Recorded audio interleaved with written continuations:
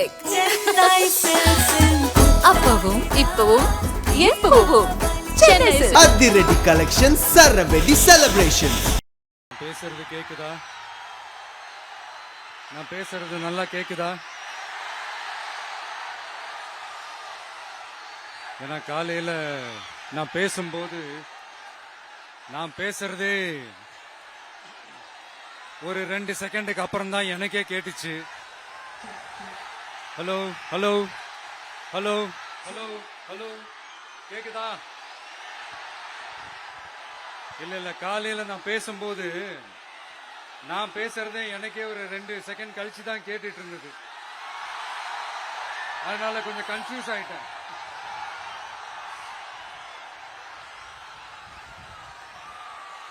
Okay, முதல்ல police டிபார்ட்மெண்ட்டுக்கு என்னுடைய மனமார்ந்த நன்றிகள். அவங்க இல்லனா அந்த பைபாஸ்ல இருந்து இந்த ஸ்பாட்டுக்கு என்னால வந்திருக்க முடியுமான்னு எனக்கே தெரியல. So once again, thank you so much.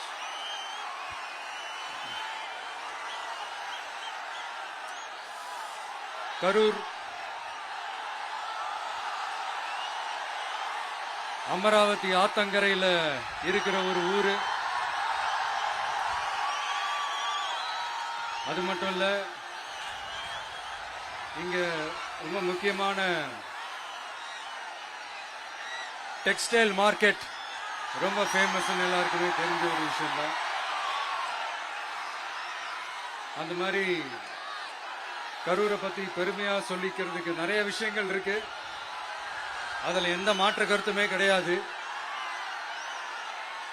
ஆனா இப்ப ரீசன்ட் டைம்ல பாத்தீங்கன்னா இந்தியாவிலேயே கரூர் அப்படின்னு சொன்னாலே ஒரே ஒரு பேர் தான் ரொம்ப ஃபேமஸா ஜொலிக்குது. அதுக்கு யார் காரணம்?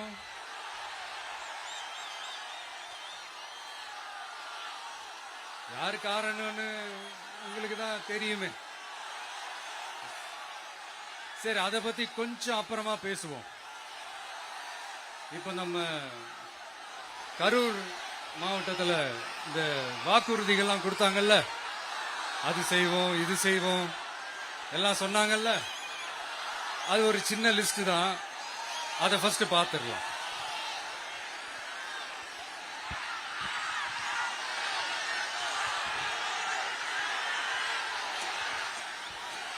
இந்த கரூர் மாவட்டத்தில் இந்த பேரீச்சை வளர்க்க சிறப்பு திட்டம் செயல்படுத்தப்படும். இத்திட்டத்தின்படி பேரீச்சை வளர்க்க நிதி உதவி வழங்கப்படும். வாக்குறுதி நம்பர் 81. பேரீச்சை மரத்தை விடுங்க, அட்லீஸ்ட் இந்த பேரீச்சை விதையாச்சும் கண்ணில் காட்டினாங்களா? துபாய் குறுக்கு சந்து கதை தான்.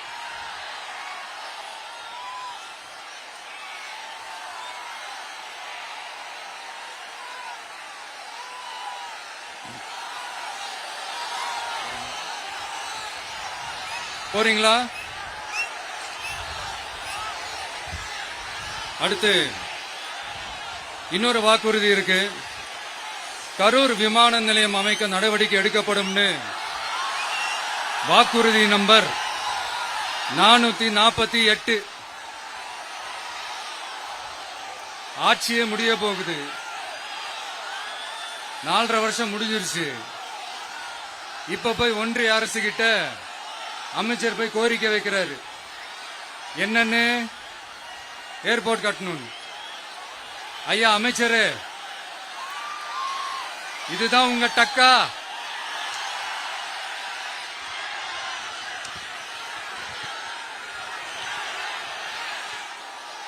கரூர்ல விமான நிலையம் வந்தா போறீங்களா சார்? போயிடுங்க. அதான் கேட்டேன், அப்பவே கேட்டேன், போயிடுங்க. நண்பா கொஞ்சம் வழி விட்டுருங்க. நண்பா கொஞ்சம் வழி விட்டுருங்க.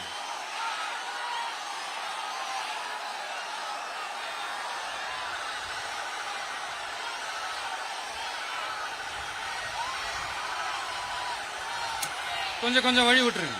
போயிட்டு போயிடுங்க.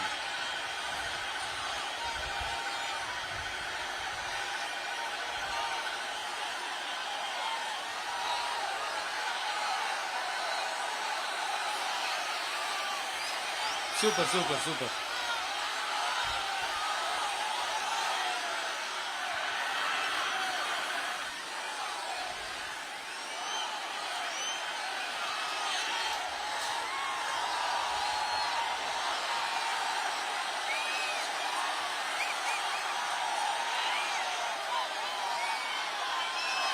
என்னப்பா ஆம்புலன்ஸ்ல நம்ம கொடி இருக்குது?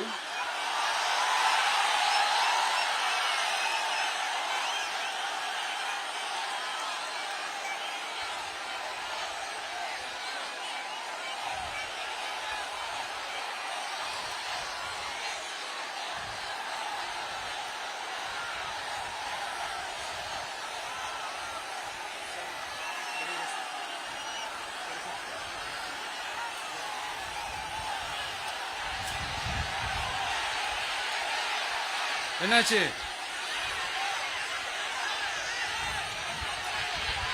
தண்ணி கொடுங்க. தண்ணி பாட்டில் கொடு. தண்ணி பாட்டில் கொடு.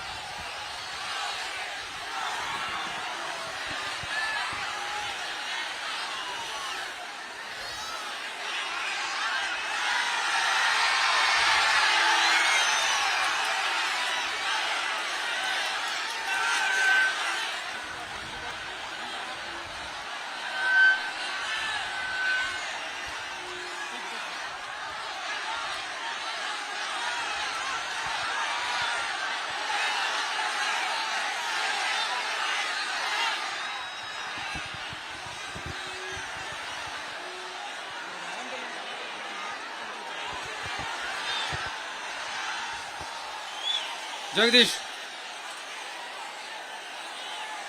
உடனே ஒரு ஆம்புலன்ஸ் கூப்பிட்டுருப்பா.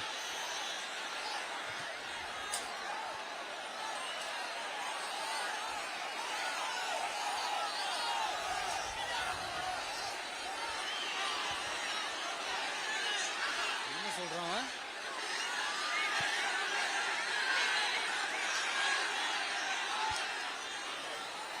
क्राउड वॉश हो गया सर, 5 मिनट थोड़ा स्पीच होल्ड करिए। Mic check mic check mic check.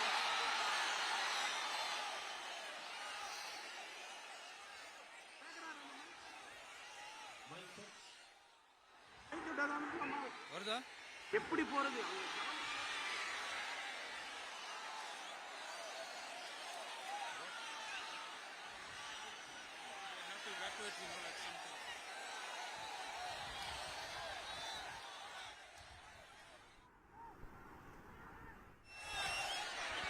Udaya, தண்ணி பாட்டில், வாட்டர் பாட்டில்.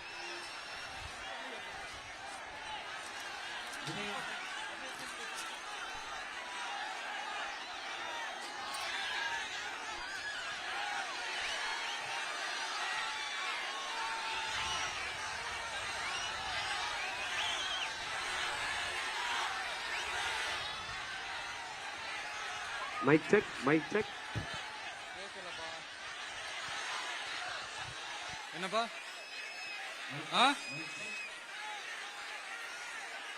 Coming coming coming. ஆம்புலன்ஸ் வருது வருது வருது.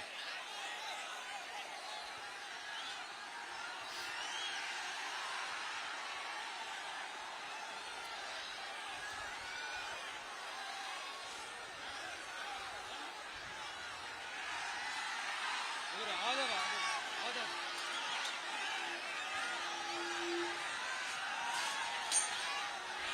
பேசலாமா?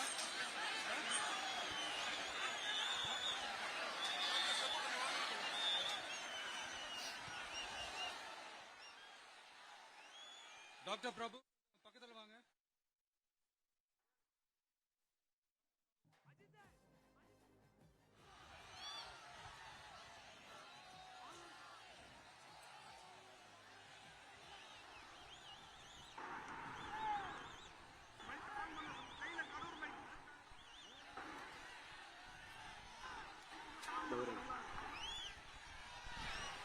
மைக் ஆன் பண்ணுங்க.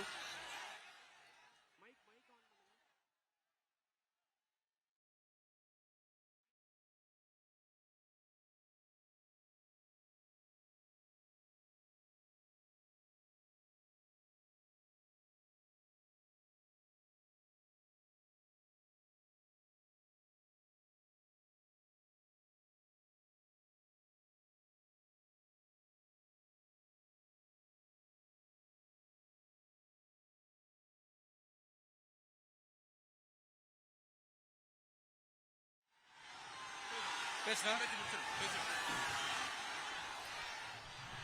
சரி, ஓகே, கண்டினியூ பண்ணவா பேசுறது? நான் வந்து அந்த ஏர்போர்ட் கட்டுறதை பத்தி சொன்னேன் இல்லைங்களா? அது வந்து இங்க கட்டின அந்த ஜவுளி தொழில்லாம் ரொம்ப நல்லா டெவலப் ஆகுன்றது உண்மையான விஷயம்தான். But at the same time இந்த பரந்தூர் மாதிரியே இந்த மக்கள் பாதிக்காத வண்ணம் அந்த இடங்களா பார்த்து அந்த ஏர்போர்ட் கட்டினா இன்னும் நல்லா இருக்கும். அப்புறம் நம்ம கரூர் பிரச்சனைக்கு வருவோம். இந்த மணல் கொள்ளை தாங்க கரூரோட தீராத தலைவலி. மணல் கொள்ளை கரூரை வறண்ட மாவட்டமாக்கிட்டது மட்டும் இல்லாம சட்டவிரோத கல் குவாரிகள் கரூரின் கனிம வளத்தை அழிச்சுக்கிட்டு இருக்கு. இதுக்கு காரணம் யாரு? சிஎம் சார் 11 மணிக்கு பதவி ஏத்துக்கிட்டா 11:05 மணல் கொள்ளை அடிக்கலாம்னு ஓபனா சொன்னவங்க தானே உங்க ஆளுங்க. 2026 மணல் கொள்ளை அடிக்கிறவங்க கிட்ட இருந்து அதுல வர்ற பணத்தை வச்சு தமிழ்நாட்டு மக்களை விலைக்கு வாங்கிடலாம்னு கனவு காண்றவங்க கிட்ட இருந்து நம்ம காவிரி தாய்க்கும் கரூருக்கும் விடுதலை வேண்டுமா வேண்டாமா? கிடைக்கும், கவலைப்படாதீங்க.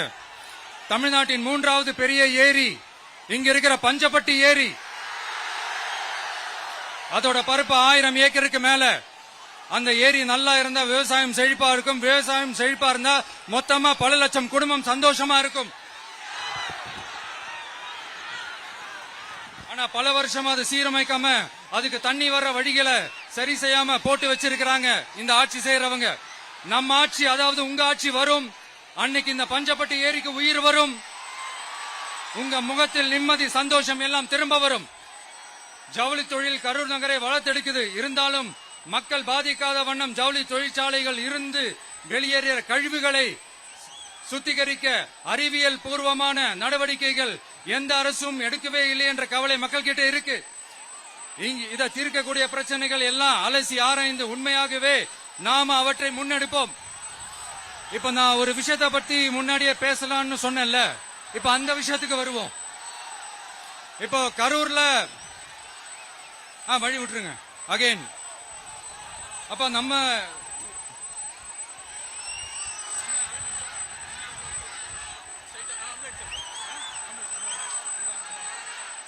ambulance.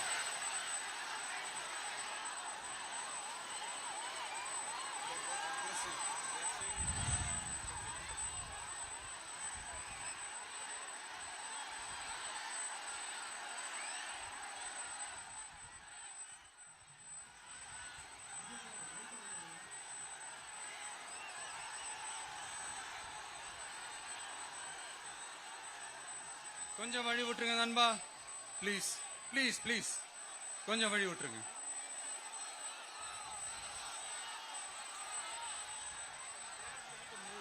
Ask them to move, give the passage to ambulance.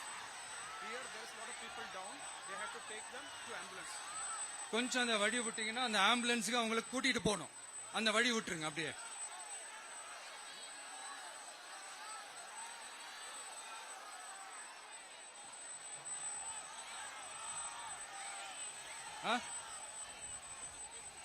Okay.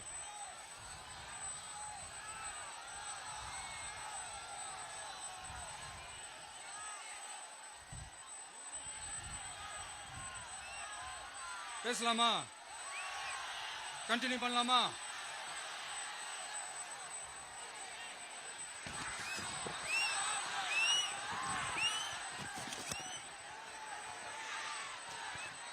இங்க கரூர்ல இருக்கிற முக்கியமான பிரச்சனைகளை பத்தி நம்ம பார்த்தோம் இல்லையா? இன்னொரு முக்கியமான பிரச்சனைக்கு காரணமா இருக்கிற ஒருத்தரை பத்தி நம்ம பேசாம போனா நல்லாவா இருக்கும்? கரூர் வரைக்கும் வந்துட்டு அவரை பத்தி பேசாம போனா நல்லா இருக்குமா? நல்லா இருக்காதுல. எதுக்கு சுத்தி வளைச்சுக்கிட்டு ஸ்ட்ரைட்டா விஷயத்துக்கே வருவோம். இந்த கரூர் மாவட்டத்துல ஒரு மந்திரின்னு ஒருத்தர் இருந்தார்ல, இப்ப ஒரு மந்திரி இல்ல, ஆனாலும் மந்திரி மாதிரி.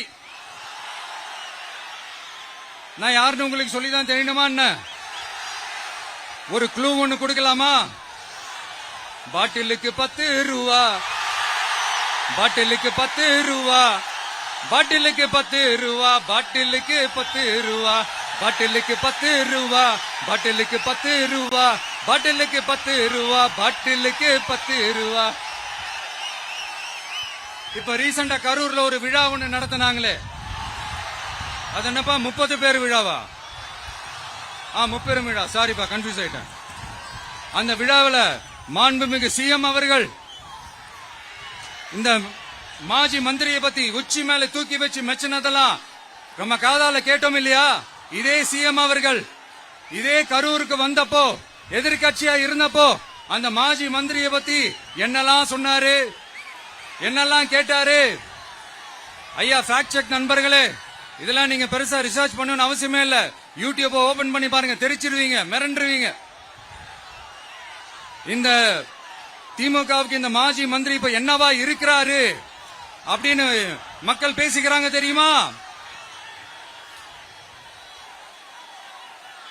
இந்த திமுக குடும்பத்துக்கு ஊழல் பண்ற பணத்தை எல்லாம் 24x7 டெலிவரி பண்ற ஒரு ஏடிஎம் மெஷினா இருக்கிறாராம்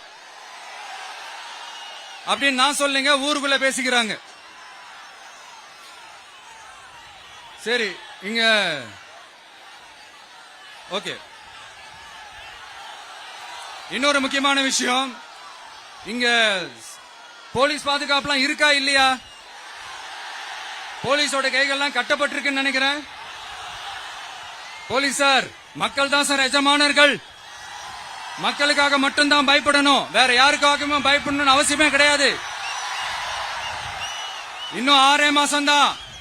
ஆட்சி மாறும், காட்சி மாறும், அதிகாரம் கை மாறும். உண்மையான மக்களாட்சி, மனசாட்சி உள்ள மக்களாட்சி அமையும். அப்ப தெரியும் எல்லாருக்கும் சுதந்திரமும் பாதுகாப்பும் 100% வரும். தேங்க்யூ நண்பா. கான்பிடண்டா இருங்க, நல்லதே நடக்கும், வெற்றி நிச்சயம். அஷ்மிகா 9 வயசு ஒரு பொண்ணு காணுமா, நீங்களே நம்ம தோழர்கிட்ட சொல்லி கண்டுபிடிச்சு கொடுக்க சொல்லுங்க. அஷ்மிகா 9 வயசுல ஒரு பொண்ணு காணுமா? தம்பிகளா கொஞ்சம் தேடி கண்டுபிடிச்சு கொடுத்துருங்க. அஷ்மிகா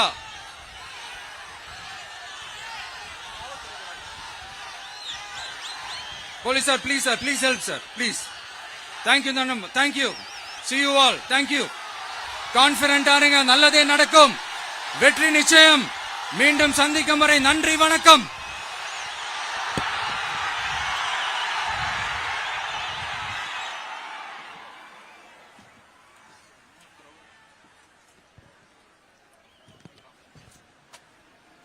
மியூசிக் அப்பவும் இப்பவும் எப்பவும் சென்னை அதிரடி கலெக்ஷன் சரவெடி செலிப்ரேஷன்.